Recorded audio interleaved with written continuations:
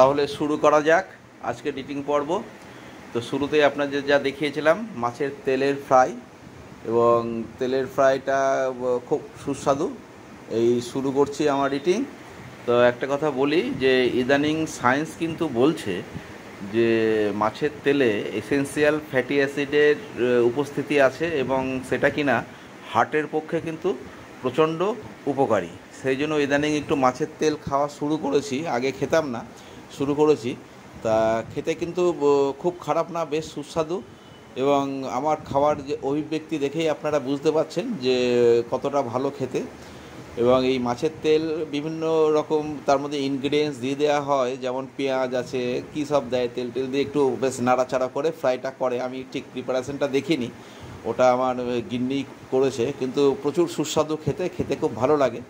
তা ইদানিংকালে মাঝে মাঝে আমি মাছের তেলের ফ্রাইটা খাই একটা সেভারেল ইন্টারভেলের পর।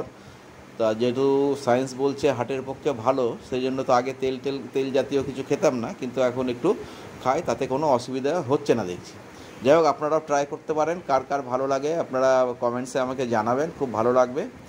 তো মাছের তেলের ফ্রাইয়ের পর আপনাদের পরবর্তী মেনুতে কী আছে সেটা তো বলেইছিলাম, যে পরবর্তী মেনু আমি চলে এসেছি। মাছের তেলের ফ্রাইতে খাওয়া শেষ, এবার পরবর্তী মেনুতে আসছি ডুমুরের তরকারি। এই ডুমুরের তরকারি কিন্তু খুব উপাদেয়, এবং এই একমাত্র তরকারি যেটা কি না আমার ছেলেও খুব পছন্দ করে, সেই জন্য ডুমুরও আমি মাঝে মাঝে এখন আনা ধরেছি। এবং মা আছে, তাই মা সুন্দর করে কেটে কুটে রেডি করে দেয়, আর গিন্নি বেশ ভালো সুন্দর করে রান্না করে, খেতে খুব খারাপ লাগে না। তা ডুমুরের তরকারির কিন্তু উপকারিতা রয়েছে, এতে প্রচুর পরিমাণ আয়রন আছে, যে আয়রন কিন্তু মেয়েদের পক্ষে তো খুবই ভালো। আয়রন ডেফিসিয়েন্সি যাদের আছে, কেন বেশিরভাগ ভারতীয় মহিলারা কিন্তু অ্যানিমিয়ার পেশেন্ট, বেশিরভাগই হিমোগ্লোবিন কম, রক্তে এভারেস্ট টেস্ট করলেই আপনারা দেখতে পাবেন। তা সেক্ষেত্রে ডুমুর একটি উপাদেয়, ডুমুর মোচা এগুলো কিন্তু খুব খাওয়া মহিলাদের পক্ষে ভালো, এবং ওভারঅল মহিলা ছেলে বলে না, সবার পক্ষেই ভালো। সুতরাং এটা একটা রান্নাটা কিন্তু খুব ভালো হয়েছে, খেতে বেশ ভালোই লাগছে। এবং ডুমুর আমার বরাবরের পছন্দের একটা প্রিপারেশান, একটা তরকারি, যে তরকারিটা দিয়ে খেতে খুবই ভালো লাগে।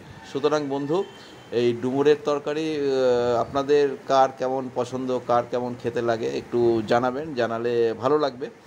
আপনাদের সঙ্গে আমার এই প্রতিদিনের খাওয়া, দৈনন্দিন খাওয়াটা যে শেয়ার করছি, এটাতেও আপনাদের কেমন লাগছে না লাগছে একটু মতামত দেবেন, যেটা ভালো লাগে।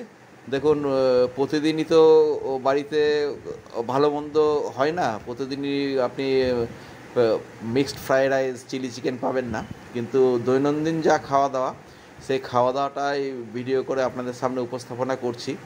তা এতে আপনাদের মতামত একটু জানাবেন, কেমন লাগে না লাগে, সেটাতে আমি আমার যে প্রেজেন্টেশান সেটার যে অল্টারেশান বা কিছু করতে হলে নিশ্চয়ই আপনাদের সাজেশানের ওপর আমি ভরসা করে আছি। আমি জানি আমার বন্ধুরা আমাকে ঠিক গাইডই করবে।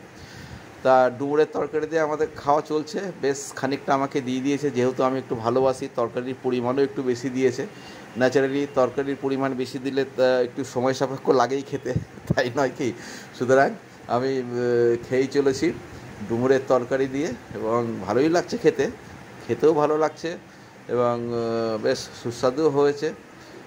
আর খাওয়াটা বেশ ধীরে সুস্থেই খাচ্ছি, তার কারণ হচ্ছে যে ভালো তরকারি ধীরে সুস্থে খাওয়াই ভালো। আমি আস্তে আস্তে পরবর্তী মেনুর দিকে চলে আসবো। পরবর্তী মেনু আপনাদের আমি দেখিয়ে দিয়েছি, সেটা হচ্ছে চিকেন কষা। এই চিকেন কষা, চিকেন আমাদের বাড়িতে প্রায় হয়, তার কারণ হচ্ছে ছেলে ভালোবাসে বলে। তা চিকেনের আজকে কিন্তু একটু অন্যরকম প্রিপারেশান করেছে, ঝোল টোল না, চিকেন একটু কষা কষা করে করেছে। তা এই চিকেন কষা ভালো লাগে, 2-3 পিস, যেহেতু একটু বেশি খাওয়া হয়, সেহেতু পরিমাণে বেশি খাই না, 2-3 পিস করে নিলেই হয়ে যায়। কেননা বেশি খেলে আর যদি এখন বয়স হচ্ছে ধীরে ধীরে, তা সেই বয়সের সাথে সামঞ্জস্য রেখে যতটুকু না খেলে নয় ততটুকুই খাই। তা সেখানে দেখা যাচ্ছে কিন্তু চিকেন কষাটা প্রিপারেশনটা আমি এখনও মুখে তুলিনি, বলতে পারছি না, একবার খেয়ে আপনাদের বলছি যে কেমন লাগে। ওয়েট অ্যান্ড ওয়াচ, দেখতে থাকুন। দেখতে দেখতে এবার মনে হচ্ছে শুরু করব, দেখা যাক। এই রেডি, 1 2 স্টার্ট, এই মুখে তুললাম। অভিব্যক্তি তো বলছে ভালো, সুন্দর হয়েছে, বিউটিফুল হয়েছে খেতে। একটা বরাবর চিকেনটা একটু আমার গিন্নি ভালোই রান্না করে, তা প্রতিদিনই চিকেনের টেস্ট একটু হেরফের হয়, যে একই রকম চিকেন হয় না, বিভিন্ন রকম প্রিপারেশন করে, কোনো সময় স্টুর মতো চিকেনও হচ্ছে আর কোনো সময় একটু মশলাদার চিকেনও হচ্ছে।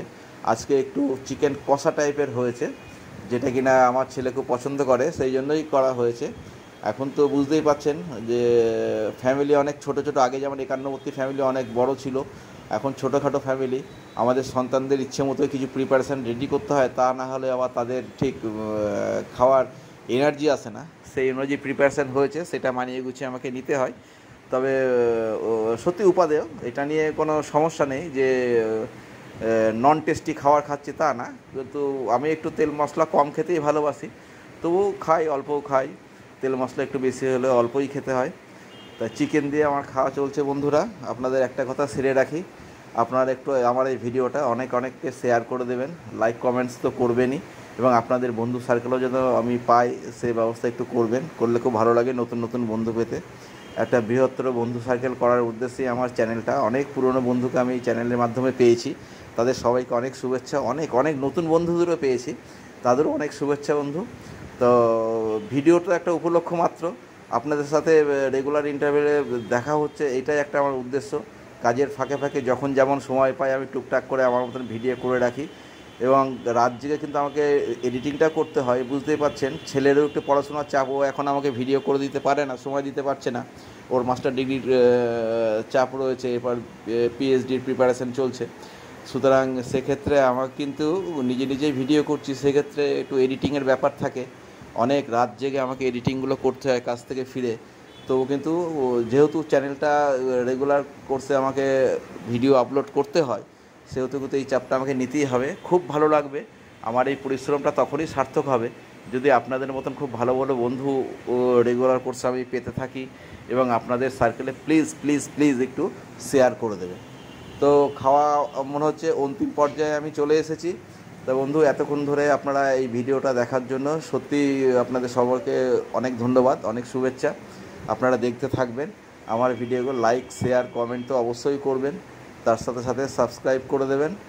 আর সাবস্ক্রাইবার তো একটা ফ্যাক্টর, সেক্ষেত্রে বন্ধু বলবো যে কেমন কি লাগছে একটু বেশি করে কমেন্টস করবেন আপনারা সবাই।